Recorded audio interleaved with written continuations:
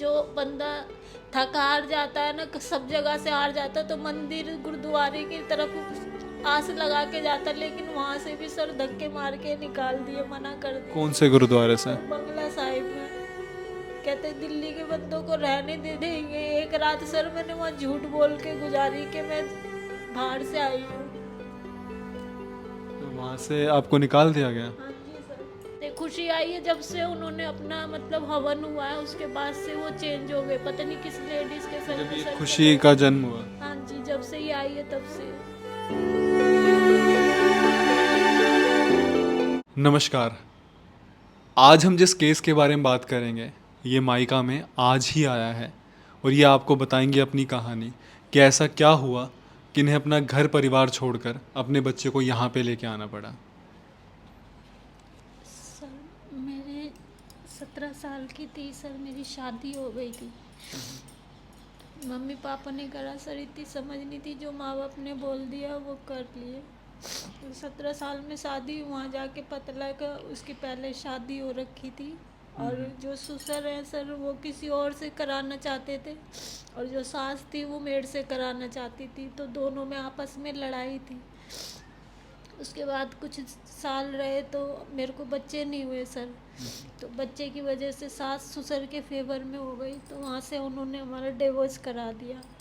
फिर mummy papa घर ले आए, भाई को बुलाए, मैं वहाँ पे कपड़े वपड़े धो रही थी, मुझे पता भी नहीं सर कि मेरे को किस वजह से घर भेज दिया। पंचायत बिठाए, पापा मम्मी सबको बुलाए, ताऊ चाचा सब गए, मुझे पता ही नहीं किस वजह से मेरा डिवोर्स हो रहा है, क्या हो रहा है, मैं अपने इतनी समझ नहीं थी। घर आगे साइन करने को बोला, रिश्तेदारों ने करके आ गए घर पे। फिर दोबारा किसी के घर में मेरे को बिठाए, तो वहाँ पे सर ये मेरे हस्बैंड ने, इन्होंने जैसे मैंने मना कर दिए शादी के लिए, तो भाई ने गुस्सा करे, भाभी ने पता नहीं क्या बोला क्या नहीं, भाई ने मारा मेरे को। आपके भाई ने? हाँ जी। तो मैं घर छोड़ के वहाँ से निकल गई। तो ये इसके जो पापा थे वो मेरे को पहले से, मैं सिटी हॉस्पिटल गंगाराम में काम करती थी, उन्होंने मेरे को शादी के लिए पहले बोला था, लेकिन मैं शादी करना नहीं चाह रही थी, बहुत पीछे जब घर से ऐसे मेरे को शादी के लिए बोले तो सर मैंने उनसे शादी के लिए फिर बोल दिया, तो क्योंकि ये अब दूसरी शादी की आप बात जी, कर रहे हैं? ठीक है। तो सर इन्होंने, हमारी लव मैरिज हुई थी, मतलब दोनों ने अपनी राजी से शादी करी थी, लेकिन इन्होंने सर मेरे को झूठ बोला कि मेरा कोई नहीं है, मेरा कोई परिवार नहीं है। लेकिन और मेरे जो को इस बच्चे के पापा हाँ हैं? जी, मेरे को कास्ट भी छुपाए, वो बिहार साइड के थे, हम वाल्मीकि हैं सर, तो उन्होंने बोला मैं पक्का वाल्मीकि हूँ, और लेकिन मेरा कोई नहीं है, मैं अनाथ हूँ। मैं गई भी थी तो सर 2 लड़कों के संग रहते थे, इसलिए मेरे को यकीन हो गया उनकी बातों पे। वो क्या करते थे वो? सर वो पावर पहले तो मेरे संग ही सिटी हॉस्पिटल में करते थे काम, इसलिए मेरे को विश्वास हो गया। बाद में जब 6 महीने बीत गए तो उनके घर वाले हमारे वहाँ जिससे ढूंढ लेते, पता लग जाता है, तो आए थे कि इसको छोड़ दे, ये हमारे कास्ट की नहीं है। बहुत अच्छे से रहते थे सर, अभी भी अच्छे, खुशी नहीं थी तब भी अच्छे से रहते थे, लेकिन उनके मन में क्या चल रहा था मुझे बिल्कुल भनक भी नहीं लगने दिए, मेरी सारी चीज़ें बेच दिए। जब तक कमा के दे रही थी खुशी नहीं आई थी। पीवीआर में सर मैं काम करती थी, इससे पहले सिटी गंगाराम में करती थी। जब तक मैं काम करती थी बहुत अच्छे से रहते थे। खुशी आई है जब से उन्होंने अपना मतलब हवन हुआ है, उसके बाद से वो चेंज हो गए, पता नहीं किस लेडीज के संग जब में ये सर खुशी का जन्म हुआ? हाँ जी, जब से ये आई है तब से। अच्छा, क्या हवन हुआ? हवन हुआ सर, तब से कटे कटे कह रहे मेरा ट्रांसफ़र पंजाब में हो गया, मेरी प्रमोशन हो गई है। सर हम हाउस कीपिंग में करते थे काम, तो कह रहे मैं सुपरवाइज़र बन गया हूँ। सर काफ़ी टाइम हो गए थे करते करते, तो मेरे को भी लगा कि हाँ हो गया होगा, तो पंजाब मेरे को भेज रहे ट्रेनिंग के लिए। तो सर 15 दिन बाद, जैसे हम सर रेंट पे रहते तो खर्चा देते थे, किराया देते थे 2,000 रुपये, फिर धीरे धीरे करके वो बंद कर दिए। मकान मालिक बोलता था सर, वो भी बंद कर दिए खर्चा, उसका फ़ोन नहीं उठाते थे। मेरा फ़ोन ब्लैक लिस्ट में डाल रखा, अभी तक सर ब्लैक लिस्ट में। अब मुझे ये नहीं पता वो कहाँ पे है और कहाँ नहीं है। पुलिस में गई सर, महिला मंडल में गई, किसी ने मेरी मदद नहीं करी। तो कितने साल से आपको नहीं पता वो कहाँ है? सर हो गए 2.5 साल, वैसे तो सर वो 5 साल हो गए मुझसे टच में नहीं है। 5 साल से वो आपके टच में ही नहीं है? शकल भी नहीं देखी सर। मैंने मिसिंग की कंप्लेंट लिखाई थी, तो एक फ़ोटो मेरे को दिखाई थी इंस्पेक्टर ने, उनका नंबर मेरे पास है सर, अभी भी आप बात कर सकते हो उनसे। वो भी हमारी कहानी सुन के सर बहुत अफसोस करते हैं, उनका ट्रांसफ़र हो गया है, वो अभी भी कहते हैं आपकी जो मदद होएगी मैं करने के लिए तैयार हूँ। पर सर वो एड्रेस नहीं ढूंढ पा रहे, वो कहाँ पे स्विच ऑफ कर रखे, नया नंबर लिए। 5 साल से वो मिसिंग है हाँ जी। और 2.5 साल से आप कह रहे हो कि कोई टच में नहीं है। जी, थाने में एक बार बात हुई थी 2.5 साल पहले, मैडम ने बात करी थी तो उन्होंने कहा था मैं इसके संग नहीं रहना चाहता, बस आवाज़ सुनी थी सर, शकल वकल कुछ नहीं देखी मैंने। 5 साल हो गए फिर 5 साल आप कहाँ रह रही थी? सर, किसी के घर में काम कर लिया, किसी के कहीं काम कर लिया, ऐसे कर रहे थे सर। अभी जिस छोड़ के आए थे 3 महीने से ज़्यादा हो गए सर, ऐसे ही भटक रहे, कभी मंदिर में खा लिया, कभी कहीं खा लिया। अभी गुरुद्वारे में रहने के लिए गए थे सर, कभी किसी रिश्तेदार के पास जाते, सब मना कर देते, कोई नहीं रखता सर। तो आपकी सिर्फ एक ही गुड़िया है? और अब आपको यहाँ के बारे में कैसे पता चला? सर मेरे को मैडम आएंगी कोर्ट में, जिन जैसे थाने में बोल रहे थे कि कोर्ट में जाओ, तो जो फ्री वकील मिलते हैं सर, महिला मंडल वालों ने बताया था वहाँ पे जाओ, तो मैं वहाँ पे गई थी। उन्होंने जो मेरे को वकील दिए थे सर, उन्होंने मेरे को यहाँ के किसी से बात करी थी तो उन्होंने भेजा मेरे को यहाँ पे।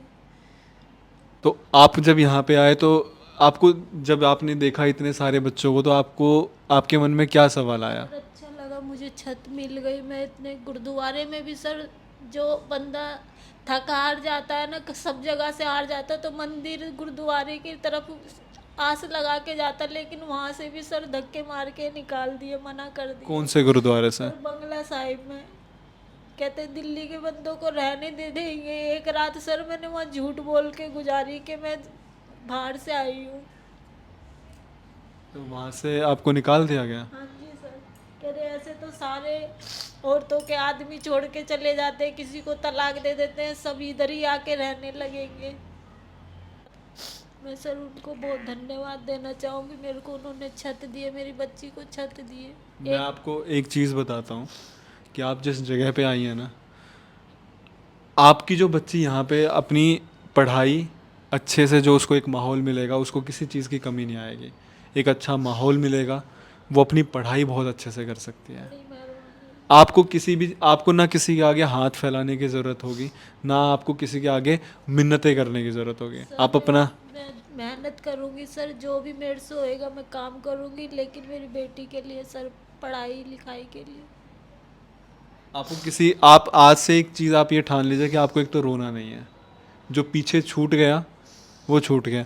फिर आपके जो मम्मी पापा थे, उन्होंने भी आपकी कोई मदद नहीं की? सर मेरे मम्मी पापा ख़त्म हो गए, मेन प्रॉब्लम यही है ना, भाई भी नहीं है मेरा। अच्छा, भाई भी नहीं है? भाई भी नहीं है मम्मी पापा भाई कोई नहीं है? जी। मेरे भाई को सर पीलिया हो गया था तो वो ख़त्म हो गया था, तो मेरी मम्मी भाई से ज़्यादा प्रेम करती थी, तो वो उनके गम में चली गई। पापा मेरे पहले ही एक्सीडेंट से ना मेंटली प्रॉब्लम में थे। मेरे पास मेरी सारी चीज़ें थी, 6 महीने बाद इन्होंने मेरी चीज़ें बेची कि हम अपना मकान लेंगे, इसीलिए चीज़ें बेच दे।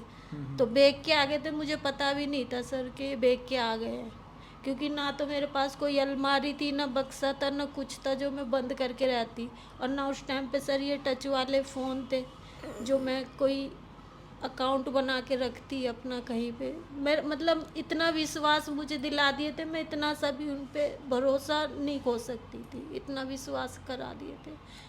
लेकिन आज वो कहाँ है नहीं पता पता। सर, मेरे को फ़ोन भी ब्लैक लिस्ट में बंद कर रखा अपने दोनों। नया नंबर ट्रैक करे थे सर, फरीदाबाद में बताए थे, उसके बाद वो भी फ़ोन बंद आ रहा है। तो आपने किसी और के फ़ोन से फ़ोन करने की कोशिश नहीं की? सर फ़ोन ही बंद आ रहा है, बस फेसबुक चलाते हैं। वो 15 तारीख को चलाए थे, किसी ने बताया था मुझे 15 अगस्त को। अभी? हाँ जी, 15 अगस्त को ऑन किए थे, फेसबुक चलाए थे, तो बताए थे कि इसके पापा का नाम राम चौधरी है, तो उन्होंने वो हमारे फ़ोटो वगैरह जैसे देखते हैं रिश्तेदारों के, तो वो देखते हैं हम लोग कहाँ पे, उन वो मतलब हमारी सारी खबर रखते हैं, लेकिन हमें उनका कुछ नहीं पता। चलिए, आप चिंता मत करिए, आपकी बेटी को यहाँ पे एक बहुत ही अच्छा इन्वायरमेंट मिलेगा, बहुत अच्छा वातावरण मिलेगा, जहाँ पे ये पढ़ाई कर सकती है और अपनी ज़िंदगी बहुत अच्छी बना सकती है। और अगर इस बिटिया की ज़िंदगी अच्छी बन जाएगी ना, तो आपकी तो ज़िंदगी वैसे ही बेहतर हो जाएगी। तो आप लोग भी ऐसे ही सपोर्ट करते रहिएगा हमें, हम ऐसे ही और लोगों से आपको मिलवाएंगे। और इन कहानियों के थ्रू हमारा मकसद ये है कि आप लोग अगर अपनी ज़िंदगी में किसी भी चीज़ को लेके परेशान हैं तो आपको एक मोटिवेशन मिलेगी कि आपकी परेशानी इन लोगों की परेशानियों के आगे कुछ भी नहीं है। अपनी ज़िंदगी में आप लोग मेहनत करते रहिए और कोशिश करिए जो भी आप कमा रहे हो, चाहे आप वो कितना ही छोटा आपको लगता हो कि मैं तो बस इतना कमा रहा हूँ, उस कमाई का एक छोटा सा हिस्सा, मैं ये नहीं कह रहा सिर्फ माइका, ऐसी कोई भी एक एनजीओ हो वहाँ पे जाके ज़रूर दें और उन लोगों के साथ बैठ के कुछ वक्त ज़रूर बिताएं। आपको आपके परिवार और आपकी ज़िंदगी की कीमत समझ आ जाएगी। धन्यवाद।